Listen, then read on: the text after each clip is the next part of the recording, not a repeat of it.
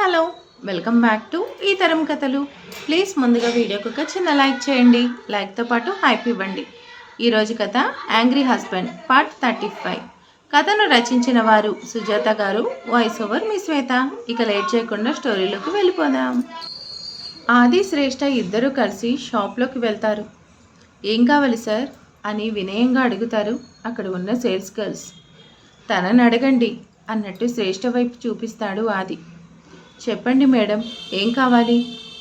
మంగళసూత్రాల్లో వేసుకోవడానికి చైన్ కావాలి.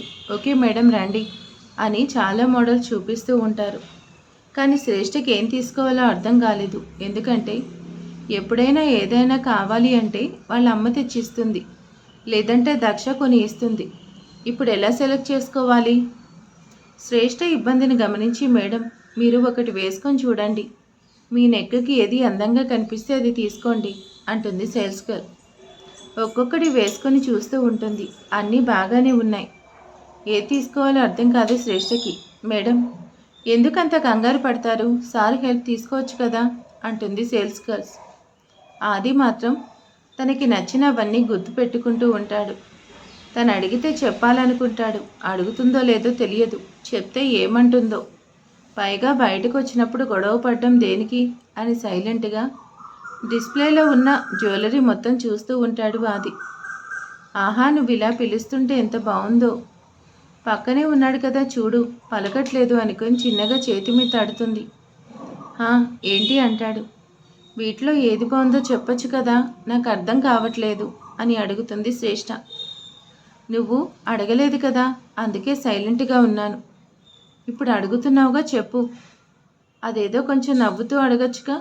సరేలే, మళ్ళీ ఏదో ఒకటి తీసుకొని అది బాగా లేకపోతే నేను చూడలేక చావాలి, అందుకని సెలెక్ట్ చేస్తాలే అని ముందుకొచ్చి తనకు నచ్చిన 3 చైన్స్ తీసి పక్కన పెడతాడు. నాకు ఈ 3 నచ్చాయి, నువ్వు వేసుకున్నప్పుడు కూడా ఈ 3 చాలా బాగున్నాయి అని చెప్తాడు ఆది. ఈ 3 శ్రేష్ఠ ఒకటి సెలెక్ట్ చేసి ఇది ఓకేనా అంటుంది. చాలా బాగుంది, ఇది ప్యాక్ చేయండి అంటుంది. ఆది నవ్వుకుంటూ ఆ చైన్ తీసుకెళ్ళి వెయిట్ ఎంత ఉందో చూసి పక్కన పెట్టమని చెప్తాడు. శ్రేష్ఠ దగ్గరికి వచ్చి, ఇంకేమైనా కావాలంటే తీసుకో, నాకేమీ వద్దు, ఇదొక్కటే మార్చుకోవాలని పెద్దమ్మగారు చెప్పారు, అందుకే ఇదొక్కటి చాలు, నేను తీసుకోను అంటుంది. ఆది కూడా తీసుకోవచ్చు కదా అని నల్లపూసల వైపు చూపిస్తాడు. ఇప్పుడు అవన్నీ అవసరమా అంటే వదిన రోజు వేసుకోవడం చూశాను, నువ్వు కూడా అలాగే వేసుకుంటే బాగుంటుంది కదా. ఇంకా బ్యాంగిల్స్ తీసుకో, ఫంక్షన్స్కి వెళ్ళేటప్పుడు వేసుకుంటారు కదా, అది కూడా తీసుకో అంటాడు ఆది. అక్క అంటే ఇంట్లో ఉంటుంది కాబట్టి నువ్వు నల్లపూసలు వేసుకుంటుంది, నేను కాలేజ్కి వెళ్తాను, అది వేసుకొని కాలేజ్కి వెళ్తే నాకు పెళ్ళైందనే సంగతి అందరికీ తెలుస్తుంది, నేను వేసుకోను అంటుంది. ఇంట్లో ఉన్నప్పుడు వేసుకోవచ్చు కదా అంటాడు ఆది. శ్రేష్ఠ ఆది వైపు తిరుగుతుంది. అంటే అది వేసుకుంటే బాగుంటుందని, నీకు ఇష్టం లేకపోతే వదిలే, ఇక్కడ మాత్రం గొడవ పడకు. ఇన్ని రోజులు సరిగ్గా మాట్లాడకుండా ఇప్పుడు మాట్లాడితే వీడి కోసమే మాట్లాడాలని అనుకుంటాడు. వద్దులే అని మనసులో అనుకొని ఇంకొకసారి వద్దు అని చెప్పే ముందుకు వెళ్తుంది. సరే నువ్వు వెళ్ళు, నాకు నచ్చినవి నేనే కొనుక్కోవాలి, కొనుక్కొని వస్తాను, నీకోసం కొంటున్నాను కాబట్టి నీకు నచ్చినవి కొంటే బాగుంటుందని అడుగుతున్నాను, ఇకపై నీ ఇష్టం అంటాడు. అప్పుడు మాత్రం కొనాల్సిందే అన్నట్టు అక్కడే కూర్చుంటాడు. చేసేది లేక తనకు నచ్చినవి సెలెక్ట్ చేస్తుంది. అవన్నీ తీసుకొని బిల్ పే చేసి ఇద్దరు బయటకు వస్తారు. కారెక్కగానే ఏమైనా తిందామా అని అడుగుతాడు. అంటే ఇంటికి వెళ్ళేసరికి లేట్ అవుతుంది, ట్రాఫిక్ కూడా ఎక్కువగా ఉంటుంది, తినేసి వెళ్తే ఇబ్బంది ఉండదు, ఇప్పటికే లంచ్ టైం దాటిపోయింది కదా అని నా ఉద్దేశం అంటాడు ఆది. తిందాం, చాలా ఆకలేస్తుంది అంటుంది శ్రేష్ఠ. సరే నీకేం కావాలో చెప్పు, మన ఫుడ్ కోర్ట్ ఉంది, అవన్నీ రెడీ చేయమని ఫోన్ చేసి చెప్తాను, ఏదైనా పర్లేదు, తొందరగా తీసుకెళ్తావా, ఆకలి అవుతుంది అంటుంది శ్రేష్ఠ. కొద్దిసేపటికి ఇద్దరు కలిసి ఫుడ్ కోర్ట్కి వస్తారు. ఆది ముందే ఫోన్ చేసి చెప్పడం వల్ల ఫుడ్ కూడా రెడీగా ఉంటుంది. హ్యాండ్స్ క్లీన్ చేసుకుని వచ్చి బాగా ఆకలి మీద ఉందేమో ఫాస్ట్గా తింటుంది శ్రేష్ఠ. తింటూ చుట్టూ చూస్తుంది. ఇది చాలా బాగుంది, ఇది నేను రాఖీ స్పెషల్గా డిజైన్ చేయించి మరీ కట్టించాము, చాలా బాగుంది అంటుంది. హోటల్ గురించి చెప్తున్నావా? కాదు, ఫుడ్ చాలా బాగుంది. వదిన మా ఇంటికి రాకముందు నేను నేను morning tiffin, lunch, snacks, dinner ఏది తినాలని ఇక్కడి నుంచి అన్నీ ఇంటికి వస్తాయి. వదినొచ్చిన తర్వాత బయట ఫుడ్ హెల్త్కి మంచిది కాదని మానిపించి ఇంట్లోనే వంట చేయడం మొదలుపెట్టింది. ఇప్పుడు మేమందరం ఇంటి ఫుడ్ బాగా అలవాటు పడ్డాం. ఏదైనా అవసరమయ్యి బయట తినాలి అంటే కొంచెం కష్టపడాల్సి వస్తుంది. ఆది చెప్పేదంతా వింటూ తింటూ ఉంటుంది శ్రేష్ఠ. నీకు ఇంకా ఏమైనా కావాలా అని అడుగుతాడు. వద్దు, ఇప్పటికే ఫుల్గా తిన్నాను, ఇక నా వల్ల కాదు, ఇంటికి వెళ్దామంటుంది. ఎలాగో బయటకు వచ్చాం కదా, ఎక్కడికైనా వెళ్దామా అని నవ్వుతూ అడుగుతాడు ఆది. 2 చేతులు ఫోల్డ్ చేసి ఏంటి అన్నట్టు ఆది వైపు చూస్తుంది. అంటే వద్దులే, అలా చూడకు, ఇంతటితో సర్దుకుంటాలే అని ఫాస్ట్గా బయటకు వెళ్తాడు ఆది. ఇప్పుడు ఆదిని చూసి చిటపటలాడుతూ ఉండే చిన్నగా స్మైల్ ఇచ్చి వెళ్ళింది శ్రేష్ఠ. కారెక్కిన తర్వాత డ్రైవ్ చేస్తూ ఒకసారి మాట్లాడే ఛాన్స్ ఇవ్వచ్చు కదా. శ్రేష్ఠ విన్నదో లేదో తెలీదు, బయటకు చూస్తూ ఉంటుంది.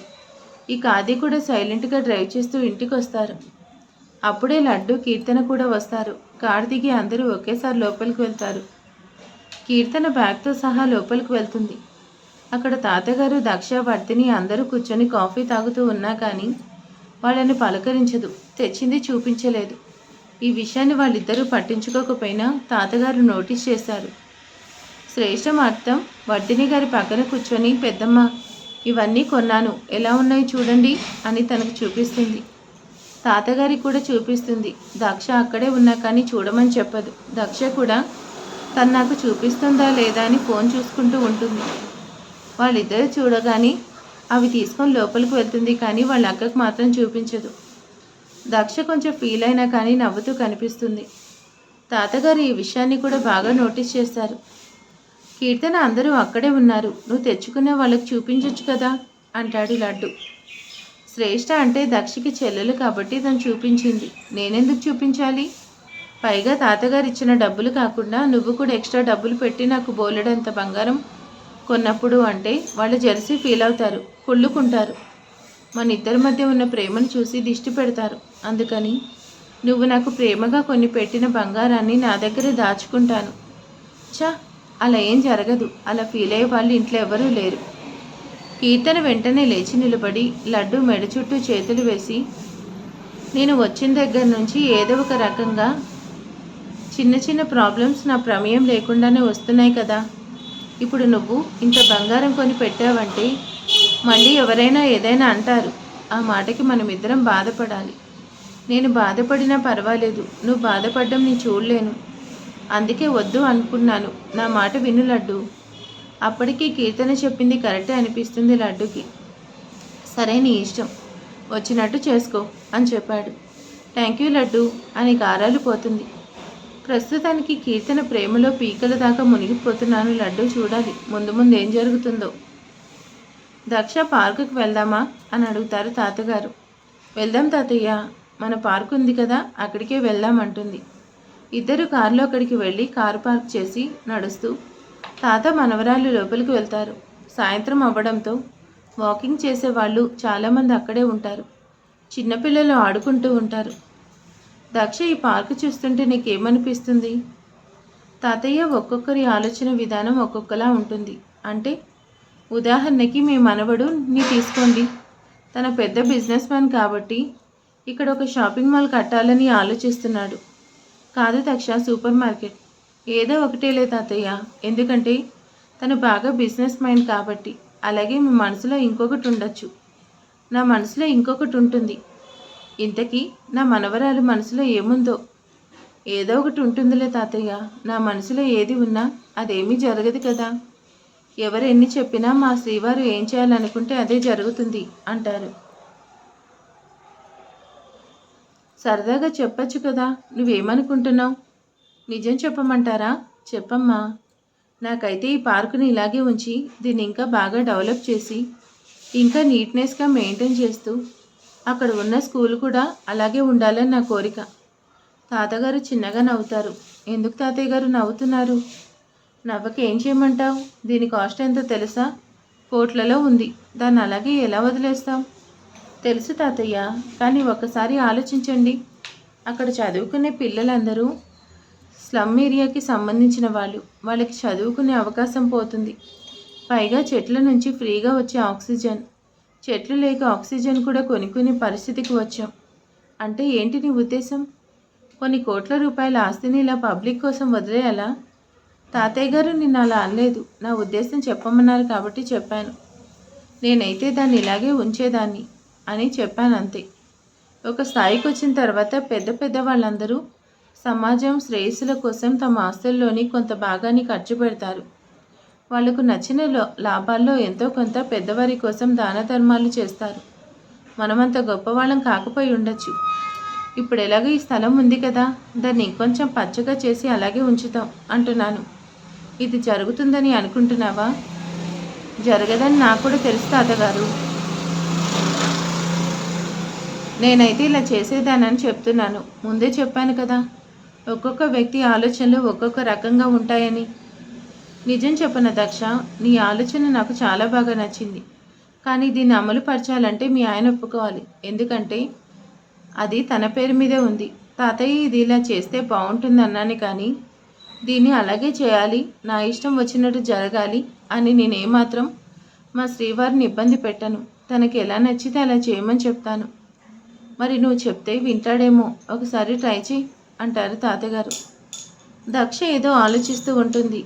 ఏంటి అంత సీరియస్గా ఆలోచిస్తుంది మా దక్ష? ఏమీ లేదు తాతయ్య, ఇప్పటికే చాలా దూరం నడిచాం, ఇంకింటికి వెళ్దామా అని అడుగుతుంది. ఇద్దరూ కలిసి కొద్దిసేపటి తర్వాత ఇంటికి వెళ్తారు. దక్ష ఇంటికి రాగానే తాతగారికి ఫ్రూట్స్ కట్ చేసి ఇస్తుంది. పక్కనే లడ్డు కీర్తన కూర్చుని ఉంటే మీరు కూడా తింటారా అని అడుగుతుంది. థ్యాంక్స్ వదినా అని ఒక పీస్ తీసుకుంటాడు లడ్డు. నేనేమీ పళ్ళు లేని ముసల్దాన్ని కాదు ఈ ఫ్రూట్స్ తినదానికి, నాకేమీ అవసరం లేదు అంటుంది కీర్తన. నేను కూడా అలా అనలేదు. నలుగురు కూర్చున్నప్పుడు ఒకరు తింటూ ఉంటే ఇలా పక్కన వాళ్ళకి షేర్ చేస్తాం కదా, ఆ ఉద్దేశంతో ఇచ్చాను అంతే. నువ్వే ఉద్దేశంతో ఇచ్చినా సరే నాకొద్దు. ఓకే అని క్యాజువల్గా ఆ ప్లేట్ తాతగారికి ఇచ్చి వెళ్ళిపోతుంది దక్ష. ఏంటి లడ్డు, మీ వదిన ఉద్దేశం ఏంటి? ఇంట్లో తను ఏం పెడితే అదే తినాలా? మాకంటూ ఇష్టాలు ఉండవా? తను ఏం చెప్తే అదే వినాలా? మాకు సొంత ఆలోచనలు ఉండవా? ఇంట్లో పెద్దతనం అంతా తనదేనా? లోపలికి వెళ్తున్న దక్షిక మాటలు వినిపించి వెనక్కి వస్తుంది. నేను అలా ఏమీ అనలేదు కదా, తాతగారికి ఫ్రూట్స్ ఇస్తున్నాను కాబట్టి మీరు కూడా తింటారా అని అడిగాను అంతే. దానికి ఎందుకు ఇంత పెద్ద పెద్ద మాటలు మాట్లాడుతున్నావు? నువ్వు చెప్పినట్టు కాదు, ఈ ఇంట్లో నువ్వు ఎలాగో నేను అలాగే. నాకేమీ ఇంట్లో స్పెషల్ అధికారాలు లేవు. ఇద్దరు మీ ఇంటి కోడలమే. ఇక్కడ నువ్వు నేను శ్రేష్ఠ, ముగ్గురం సమానమే. ఒకరు ఎక్కువ కాదు, ఒకరు తక్కువ కాదు. తాతగారు ఏం పట్టనట్టు ఫోర్క్ ఫ్రూట్స్ తింటూ ఉంటారు. వర్ధిని గారు కూడా కీర్తన మాటలకు ఆశ్చర్యపడ్డారు. ఇదేంటి, ఈ అమ్మాయి ఏమీ అనలేదు కానీ దానికి గొడవ చేస్తుంది అనుకుంటారు. లడ్డు చూసావా మీ వదిన ఎలా మాట్లాడుతుందో? నువ్వేమో మాటకు ముందు మా వదిన అని నెత్తిన పెట్టుకుంటావు. ఆవిడ గారేమో మన మీద గొడవ పడుతుంది. నేనేమీ గొడవ పడట్లేదు కీర్తన. అప్పుడు ఇంకా ఈ గొడవ పెద్దదవుతుందేమోనని సర్ది చెప్పడానికి ప్రయత్నిస్తుంది దక్ష. ఇంట్లో మనం ముగ్గురం సమానమే అని చెప్తున్నాను అని కీర్తనకు నచ్చ చెప్పడానికి ప్రయత్నిస్తుంది దక్ష. లడ్డు ఎక్కడ తప్పుగా అర్థం చేసుకుంటాడో అని భయపడుతుంది, కానీ కీర్తన వినట్లేదు. చూడు బేబీ, నన్ను ఇన్సల్ట్ చేస్తుంది మీ వదిన అని దొంగేడుపు ఏడుస్తుంది కీర్తన. కీర్తన నువ్వు ఏడవకు, నువ్వు ఏడిస్తే నేను చూడలేను అంటాడు లడ్డు. నిజమే కదా వదిన, ఇంట్లో నువ్వేం చెప్తే అందరూ అదే వినాలి కదా, నువ్వేం పెడితే అదే తినాలి కదా. ఒక రకంగా ఇంట్లో అదే జరుగుతుంది. ఆ మాటకు ఆశ్చర్యపోవడం దక్ష వంతు అవుతుంది. ఎందుకు మీ ఇద్దరు అలా మాట్లాడుతున్నారు? నేను కీర్తన ఏం మాట్లాడినా తాత వాళ్ళు తప్పు పడతారు. అదే నువ్వేదైనా మాట్లాడితే మాత్రం నిన్ను నెత్తిన పెట్టుకుంటారు. నాకు అందరూ సమానమే అంటూ ఉన్నా కానీ వ్యత్యాసాలు మాత్రమే బాగానే చూపిస్తున్నారు వదిన అంటాడు లడ్డు. లడ్డు ఎందుకలా మాట్లాడుతున్నావు, ఎందుకలా అంటున్నావు? అప్పటికే దక్షకి కళ్ళలో నీళ్లు తిరుగుతూ ఉంటాయి. కాదని ఎలా అంటాను వదినా, నిజమే కదా కీర్తన. ఫంక్షన్ చేయమని అడిగితే తాతగారు ఒప్పుకోలేదు. మరి మీ పెళ్ళికి ఫంక్షన్ బాగానే చేశారు కదా. అసలు ఫ్రూట్స్ తీసుకొని ఒక్క మాట అడిగినందుకు ఇంత గొడవ ఎందుకు జరుగుతుందో అర్థం కావట్లేదు దక్షకి. మరి ఇక తర్వాత ఏం జరగబోతుంది ఏంటి అనేది నెక్స్ట్ పార్ట్లో చూద్దాం. చిన్న అప్డేటే అని ఏమనుకోకండి, టైం లేదు. Okay, thank you for watching.